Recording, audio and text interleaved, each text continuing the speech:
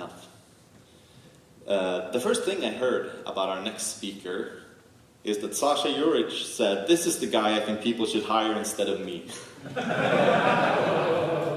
This tells me that Sasha is a very good wingman.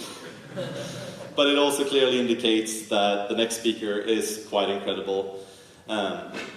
In the few short conversations I've had with him, I've seen a lot of skill, but I've also seen know-how and a completely wild hacker's mindset. And I've been very excited to see how this project has come along. So let's get into flying drones with cameras using nerves. And please give a warm round of applause for our last speaker of the day, Damir Batinović.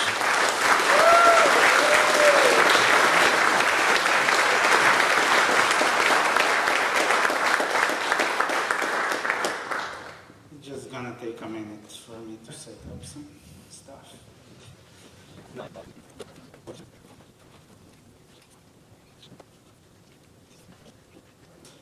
Okay, so welcome to everyone to my talk where I'm gonna teach you how to train a camera to fly.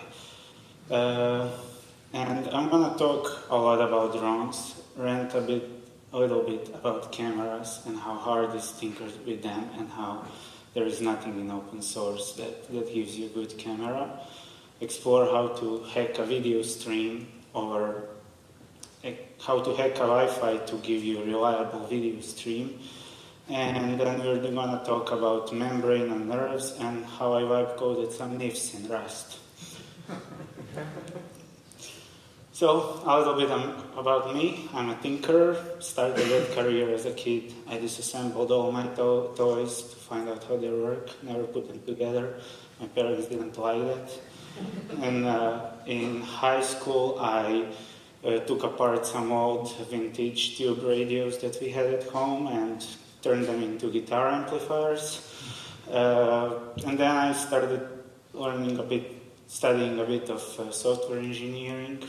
Uni was very MS, Microsoft oriented, so naturally I did everything using Vim on Arch Linux laptop. And soon after that, I started my professional career. Phoenix 1.0 came out. I loved Elixir and have been using it since then. A lot of projects, mostly web development, but servers and UI were just too soft for me. I wanted something firm. So currently I'm part of Nerves firmware team for Zipato and SmartRent. Okay, so what does that have to do with flying cameras? Absolutely nothing. But two and a half years ago, I decided to take a break from software development. And I basically played a backlog of video games that I bought and never played. And when I got bored of it, I decided to find a project that will unite all the things that I'm interested in that I have no idea about. And it was a little bit more than a year ago when I started something on it. But the idea is this. It's the elevator pitch is, you imagine you're a director of a camera for a live event. It can be dirt rally, skiing, I don't know, triathlons, anything. You have a lot of ground to cover, and everything's happening all at once. You have shots everywhere, and you need a big crew if you want to do that really nicely, especially if it's in the mountains or something. So it would be really nice to open a piece of software that gives you like 3D map of an area, and you choose cameras, you throw them around, and you tell them like what shots to take, you direct some shots, how they should be taken, and they just appear, bunch of video streams on your screen, and they are there forever. System automatically handles everything else, like cameras are just there in the air. So, it sounds a bit ambitious for a hobby project, and especially if you know nothing about any of it. But I see it more on a decade scale than a few months scale of a project, So this is a prototype I had in mind when I was talking with Lars about this project. And that was around Christmas, and I was sure I'm gonna have at least all of these things. Well, that didn't happen, but let me walk you through it. So you have a drone that's carrying a camera, and it's connected to a ground station with some radio link. It sends video back there, it receives control, it sends also its telemetry there. You have full data all the time, and then stream from it is forwarded to some web server that gives you app, that gives you interface to direct the streams further from all of the drones, and it gives you interface for that. And you have multiple ground stations, like there could be multiple drones, like you can imagine. And also idea somewhere far in the future is to have automatic airport where drones can land and change the batteries, fly back up again. So idea in the future is for drones to switch and maintain the camera in the system. Because currently the max time you get is about 40 minutes for a drone that doesn't fly very well, it just hovers. Or if you want something that can chase cars and do stuff, it's more like 10 minutes of chasing cars or something that's moving fast. So actual goal of this project is to learn about drones that are basically robots, and it seems pretty complicated. Like, if you don't know how they work, I wanted to learn, and I wanted to develop all of that using Elixir. Well, at least try. Like, I wanted to do as much as I can doing that. And since my comfort zone is actually the thing I know least about, I started with drones, because I have never flown a drone in my life before I started this project, and I knew nothing about it. So I decided to get myself a FPV camera drone that looked like fun on YouTube. So FPV means first-person view. It's basically you strap a screen onto your face, and drone carries a camera, and you are driving it from a cockpit of a drone. It's pretty cool. And just a heads up, if you haven't tried it and you start that rabbit hole, it can cost you significant amount of time and also money. And I got absolutely hooked, so I pivoted the project a little bit. Like, first target is something different, but let's start by building one drone. So first thing you will need is, and this frame is about 4th, 5th that I'm using. Like, others had problems, they were either too big, and then it's hard to carry it in the field and do tests, and it's also dangerous. Those bigger things can kill you easily. So they are not toys, actually. Some other had some vibration issues and were prone to let it crash philosophy, which is not really good on drones. You more want to rescue and catch those things. So you pick a frame that has a good, it basically needs to be stiff, have a good weight distributions of all the components, have a good vibration performance, and you need to be a proper engineer to design one that works. So I went with one off the shelf. It's a big hobby, you can find nice frames. And then we put 4 motors on it, and why 4? Like, you will see 4 motors on a lot of frames. So having 4 motors in symmetrical configuration allows you for pretty straightforward control, actually. So they all produce thrust, so they push the drone from the ground, but you can see the rotation on the screen of the propellers. So if you put more power into front ones and less in the last ones, you'll pitch it back, or other way, you'll pitch it back and forward. If you do that on the left and right side, you will move it, you will roll it. And because of these counter rotations, if you spin up the diagonal ones and spin down the other diagonal, it will turn. There is physics behind it, but we'll not go into it. So, you have 4 motors. They mostly use brushless DC motors, and for that you need some electronics. And there is so many options out there because of things that were happening in the past few years, that you can spend a month just looking at what to get. But basically you need a board that has 4 ESCs. It can be together with, we'll talk about later, with flight controller. It can be a separate board.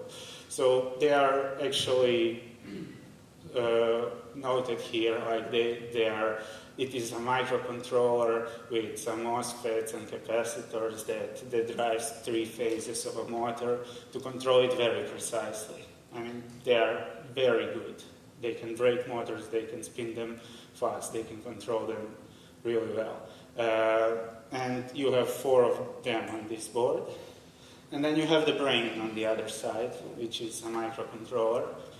The top end of the microcontrollers. It's basically 480 megahertz, 1 megabyte of RAM, which is a lot for microcontrollers. And well, now you have a motors and a brain, but without some sensors, you cannot do anything. Like brain in a void is what? Well, that's philosophical. But you need something to sense 6 degrees of freedom to be able to control it. Because drone is not a stable configuration like a plane. If you throw a paper plane, it will fly. Like if you have a carbon fiber frame with some motors on it, you need to precisely control it, otherwise it will just fall down. And you need to be able to sense like forward, back, left, right, up, down, and then left, right, looking up and down. And if you've been to India, you'll get the road pretty soon.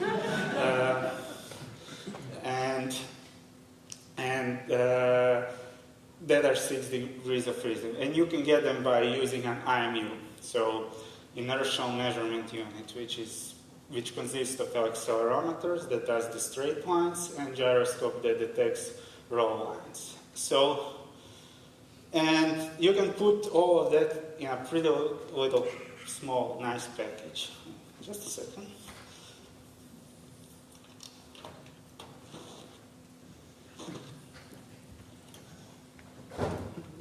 Did I leave it down there? Oh well. Well, we'll show it on the bigger drone later. Yep. Sorry, bad preparation. It's down there in the basement. But actually, give me a minute and I'll be back.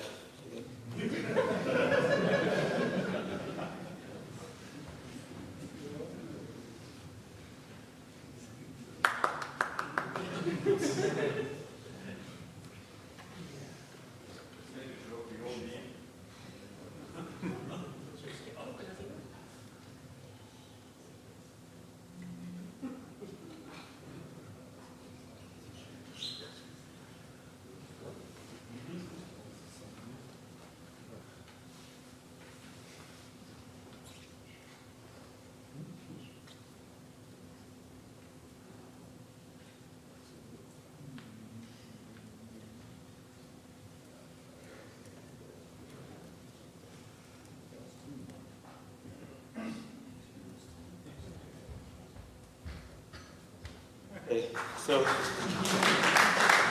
this is practically the smallest package that you can put all of that with camera. And It just has those components that I mentioned. IMU, motors, flight controller, and ESCs, and you'll need a radio.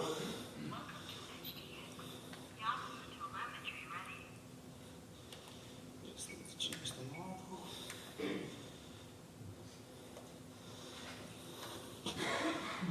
And it's always happy when you turn it on. I don't know if you get here.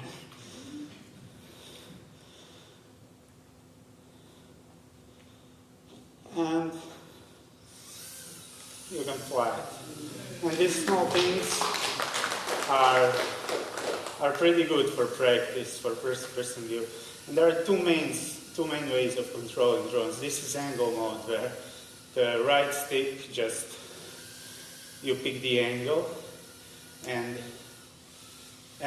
with the left you control the yaw motion and the thrust going up and down. And in acro mode, when you switch it, with the right stick you are controlling the rate of motion, which you can see on yaw easily. If you hold the stick, it will constantly rotate at some speed. So that's the acro mode. And in acro mode you can flick it completely.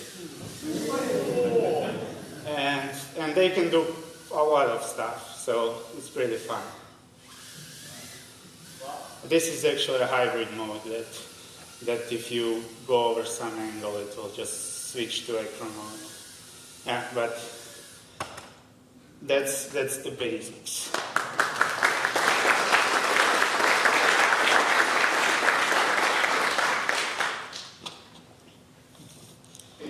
Okay, that's what you can do with basic inertial measurement.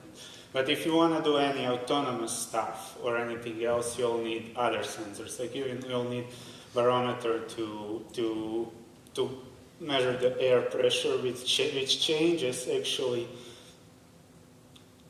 You can detect it on 20 centimeters change and less. So you can use it for altitude. You can use magnetometer, which is basically a compass, but it records all dimensions. So you know where you oriented it in reference to the planet. GPS for absolute position, but it works only outside where you have a coverage. And then if you want to fly it autonomously inside, you will need something like a range finder. We saw it earlier today playing music. You can use ultrasonics. You do basically a laser meter if you ever use that for construction or something. And there is optical flow. Basically, you have a camera facing downward, and it scans what it sees, and it calculates the speed of movement using that. And to actually be able to do anything with this information, you need software. And if you want to go open source, you have 4 options. And I basically tend to gravitate either to a Betaflight for manual FPV. It just has a simple loop. It's what runs on this. It does have a GPS rescue mode, so if you lose video or something, you can get it back. It flies amazing. If you check a YouTube for FPV drone videos, people do crazy stuff like flying or erupting volcanoes and orbiting around. Wow, it's insane. And then you have iNav. It's fork of that. It has some autonomous support. You have PX4, which started same as ArduPilot, but it's MIT license, and a lot of companies use it to actually build commercial drones because they want some custom code that they don't want to share. And you have ArduPilot, which is an amazing project. It's almost, I think, 1 million of lines of C++ code for. It can do boats, rovers, Boeing 747. It will fly anything. It's insane that someone made that open source project. But it is built around Maven. We heard it today when on the first presentation with a car. So what is Mavlink? Mavlink is basically a small protocol. It is XML defined, but it is binary protocol. So it's very similar to protobuf, but it's designed for bad connections, very little overhead, very small, and everything in RDPilot is just Mavlink parameters that control different controllers that are layered one on another to do autonomous things. Okay. So, because it's so powerful, it's also complex, and tooling around is very clunky, right? If you get into building something with RDPilot, it will be a month or two before. It will be sooner if you stumble on a right path, but to understand what's happening, it will take a long time.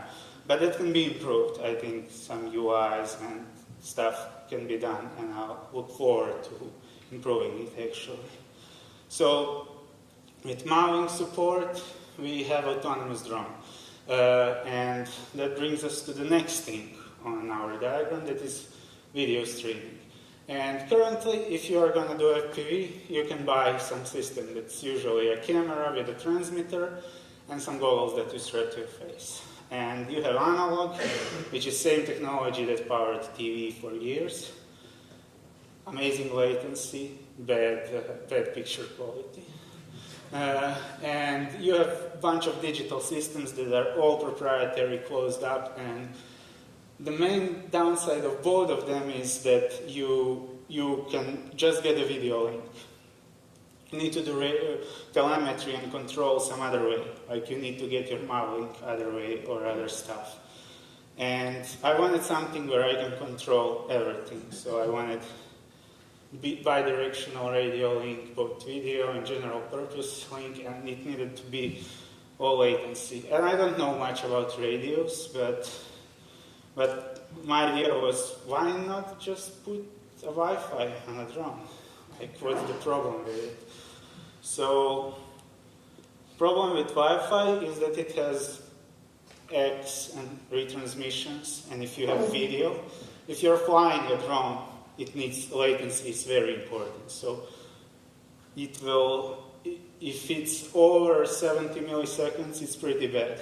You can fly, cruise around, but you cannot do any tricks, any fun stuff. So I wanted also to cover that. I wanted to make a system that has good enough latency to start FPV and then go into autonomous stuff and improve every aspect of it.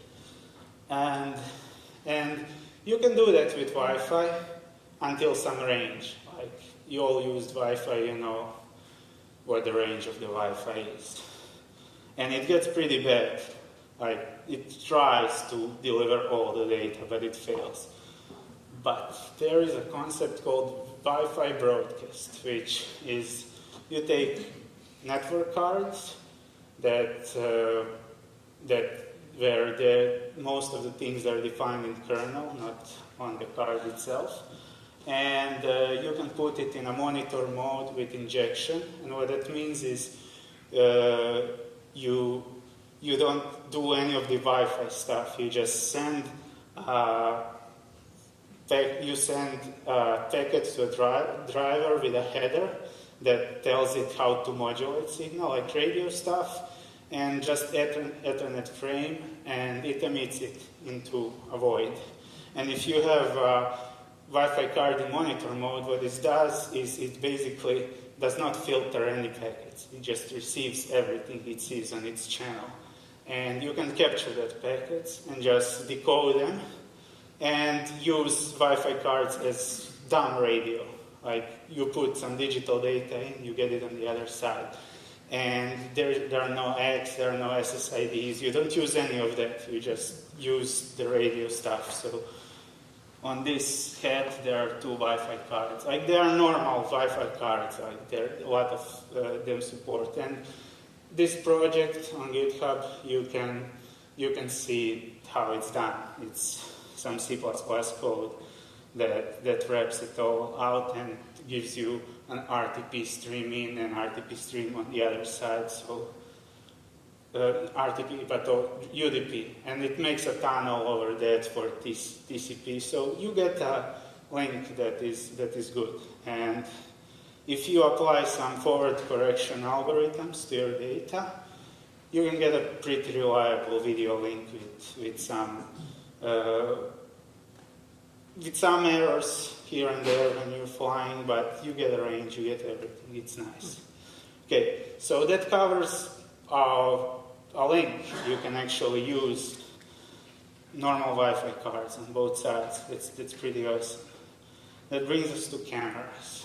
So, current state of cameras is, you've all seen Raspberry Pi Module 3.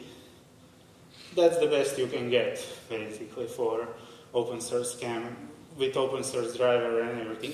If someone knows something better, I'll be very happy to hear about it, but I didn't find it yet. So you get webcam quality, basically, or a phone from 10 years ago, if you try. And the best sensor that actually has drivers is years old, is IMX415. It will give you 4K at 90 FPS, but that's what sensor produces. Then you need, it's just raw data, you need some signal processing, so you need ISP, and there are drivers for ISPs are in terrible state all across everywhere. So on Raspberry Pi you get 1080p 30, that's it, not better than that. And so you cannot go open source, but there is a half open solution that is not that bad. It's Open IPC cameras. It's a project that aims to repurpose IP cameras that came with proprietary firmwares and everything. It's open firmware. The video pipeline part of it is completely closed. You load some blobs and it spits out RTP, basically H.265 stream. That is very nice. And it can go 1080p, 120 FPS. It's nice. It can get you the latency to actually fly a drone. And it is a Linux system. It's built with a build root, so one day I will make a nerve system for it. It shouldn't be that hard, probably 2 or 3 months. And that is actually what I have on my drone.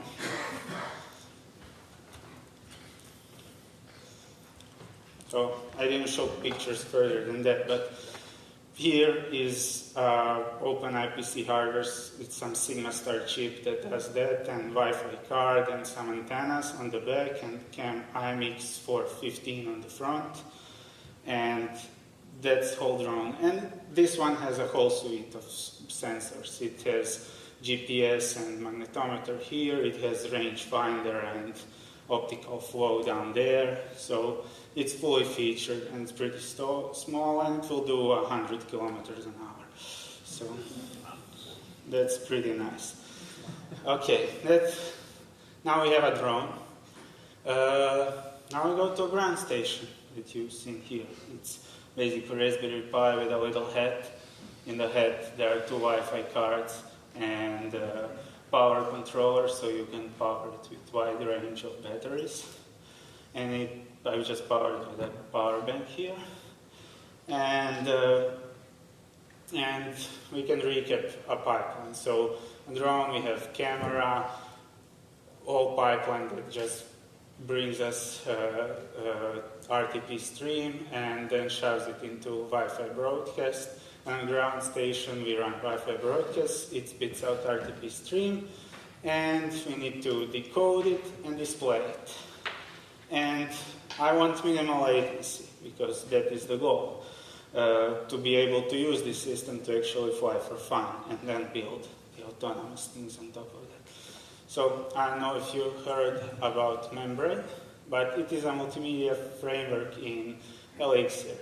And it's all just Gen servers, but I like to describe it as, this is a guitar pedal board. If you ever seen one, you plug the guitar on the one side, you have a bunch of pedals that do stuff that you can turn on and off, and it signals out. And that's basically how you can see a membrane. It's a bunch of elements that are doing something to the data, and they have control flow for synchronizing streams of video, audio, and stuff, and you get some knobs to turn, and you can do it on the fly. And this is how my membrane pipeline looks like. So it's all that we talked about. We have video source, that is UDP source, goes into RTP parser, goes into jitter buffer.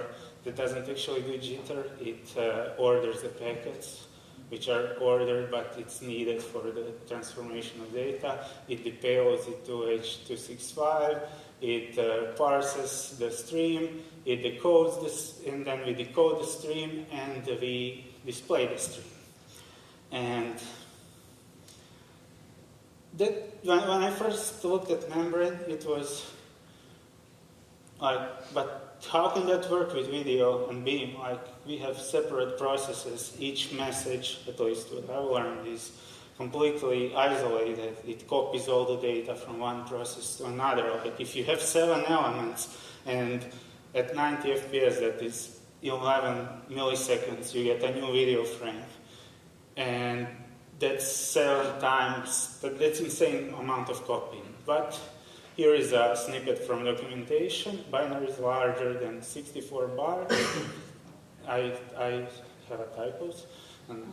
But anything larger that is binary, that is larger than 64 bytes, actually doesn't live in a process. It lives in a beam somewhere, and when you share messages, you just get pointers. So it can be useful if you want to do a performant web framework or a multimedia framework or something. It's a pretty nice thing. But that wasn't enough, because we also need, for low latency, we need hardware decoding, because software decoding H265 is slow. And most GPUs now have the hardware decoders. And what you want is a zero copy pipeline. You want a frame to go in GPU, and you want it to be displayed. When it's decoded, it's already in GPU memory with hardware decoder, and you just want to show it on the screen.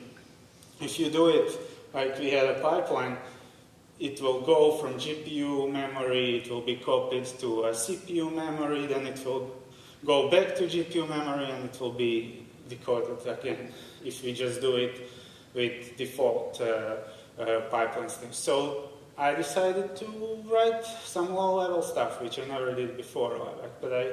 But I did my research, and Linux exposed something that is called prime descriptors. Like, when you have some memory in GPU, you can get an integer that points to it. There is some ownership tied to it, but I'll not go into details.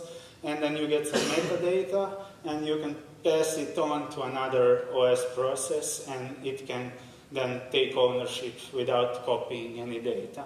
And I thought, that's exactly what I need. I'll just write it. So I went on and vibe coded some NIFs in Rust. And I also don't know Rust. At least now I know it a little bit, but it seemed like a good idea what could go wrong. So I spent like 2 months doing this, and it worked. I got it working on a normal AMD computer, like with AMD GPU using FFmpeg and VAPI, but Raspberry Pi 5 GPU is special. So you need a special fork of FFmpeg. And then FFmpeg next, which are bindings in Rust, have a support for it, but they expect you to compile it on Pi. But I wanted it on Nerves. So it's a whole talk. I could do just whole talk on cross-compiling that thing. It took like 3 weeks of me fiddling with cross-compiling it. But I made it in the end, and I'll put repos later on Discord, and you'll see it. But now we'll try to demo it. Okay, so we're gonna do some setup.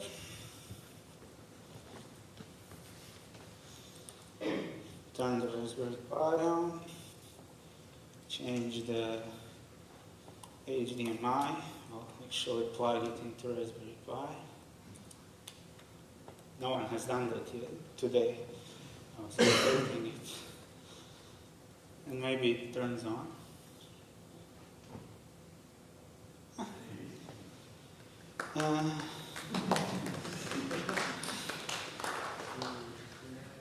And now I SSH into it.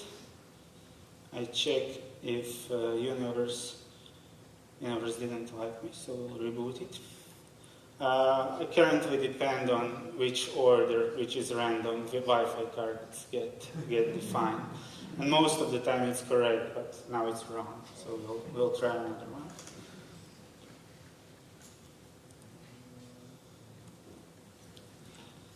Just check it. Okay, it's good now. So, if I start a pipeline, you'll see some logs from the Rust side of things, and it has selected Full HD at 60, which is this projector, and you don't see it, but now I'm starting Wi-Fi broadcast. Okay, and if I take a battery, this. Welcome to HDX. Switch warning.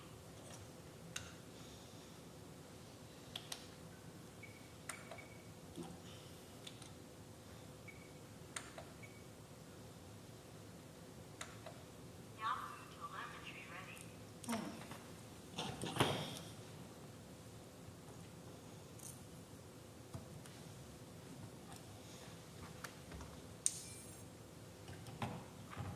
And there's very low light here, so the stream, when it comes, will look like a horror film because sensor is tuned for a light. But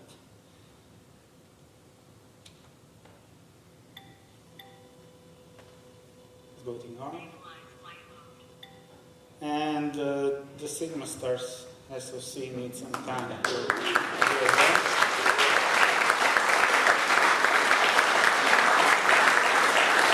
But we have video, and it really needs, in outdoor it doesn't look that bad. And it's also now, you can see it in the top left corner, it's 90 frames, so it's 11 milliseconds of exposure. If you've worked with cameras with this whole light and this small sensor, it will not be good. But if you start it, you can see it really responds.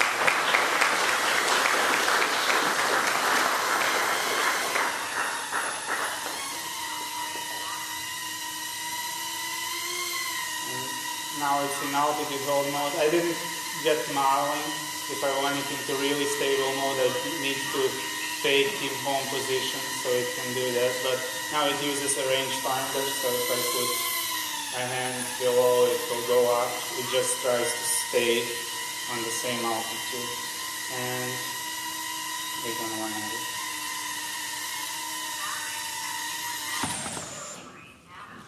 And you can see it works.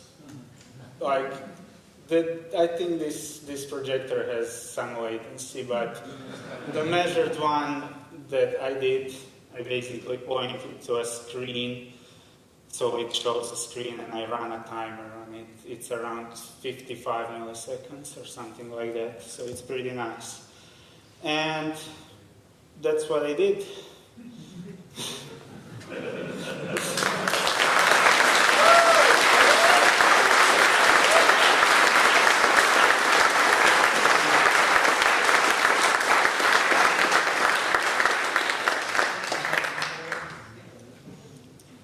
Any questions? I think we still have some time. Or we don't. I'm over. I'm fine. Yeah.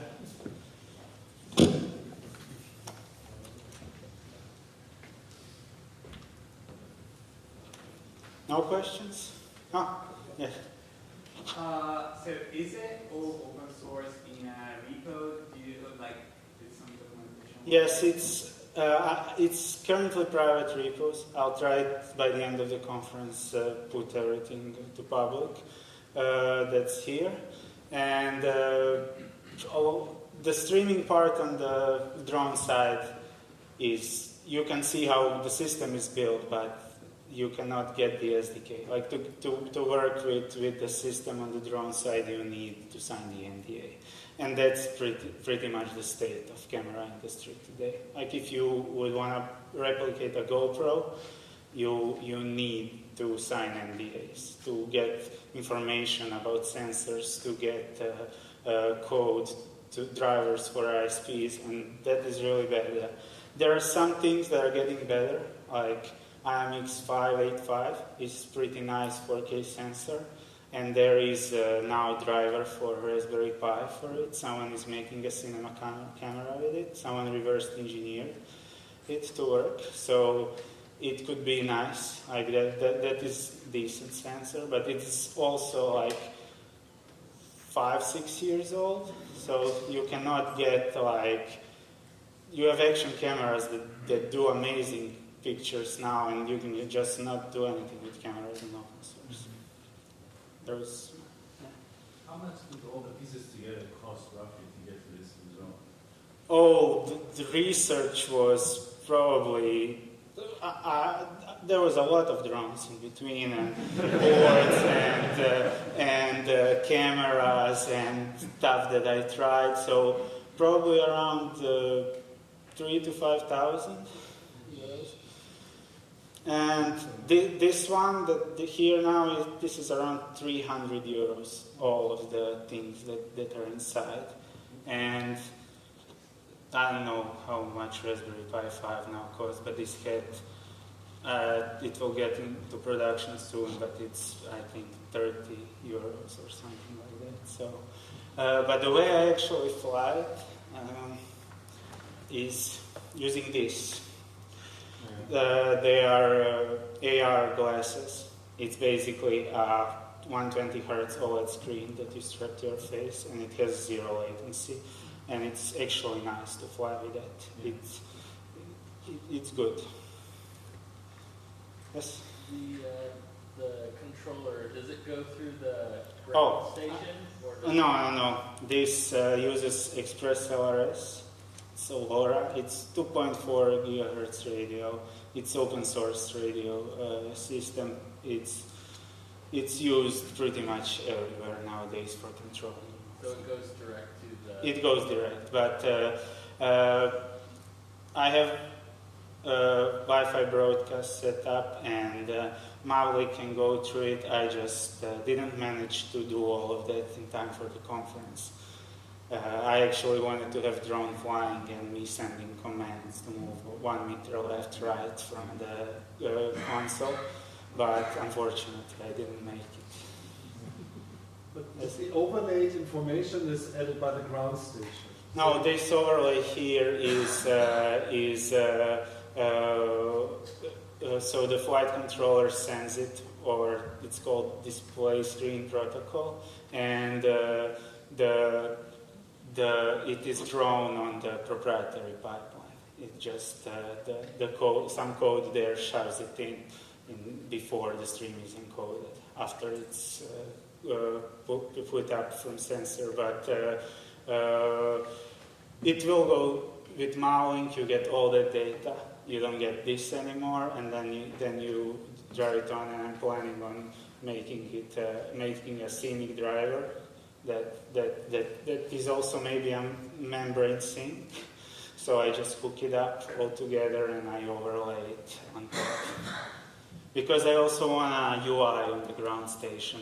There is some joystick here to like change the settings and do the stuff. All right.